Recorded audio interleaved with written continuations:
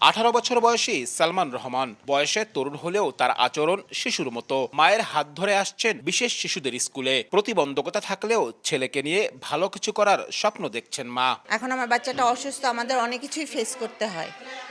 আমরা সব জায়গায় যেতে পারি না, সব ফাংশনে আমরা যাই না। ও কিছুটা লেখাপড়া শিখছে, কিছু অক্ষর জ্ঞান ওর এখন হয়েছে। আমরা চিন্তা করছি যে ভবিষ্যতে ওকে কম্পিউটারাইজ কিছু প্রশিক্ষণ দেওয়ার জন্য, যাতে ওইটা নিয়ে ও কিছু করতে পারে।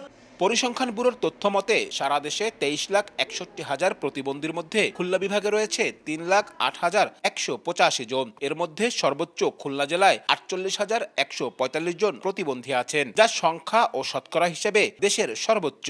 বাংলাদেশ পরিসংখ্যান ব্যুরো কর্তৃক পরিচালিত জনশুমারি ও গৃহগণনা 2022-এর তথ্য অনুযায়ী খুলনা জেলার প্রতিবন্ধী ব্যক্তির সংখ্যা 48,145।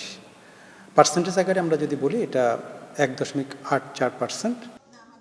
সংশ্লিষ্টরা বলছেন, উপকূলীয় অঞ্চলে এর প্রভাব সবচেয়ে বেশি। দক্ষিণ পশ্চিমাঞ্চলের লবণাক্ততা, সুপেয় পানির অভাব ও গর্ভবতীদের সুষম খাদ্যের অভাবে সন্তান প্রতিবন্ধী হওয়ার আশঙ্কা বেশি থাকে। মানুষের স্বাস্থ্যের ওপর বিরূপ প্রভাব নিরসনে প্রকল্প প্রণয়ন ও আরও গবেষণা প্রয়োজন বলে মনে করছেন তারা।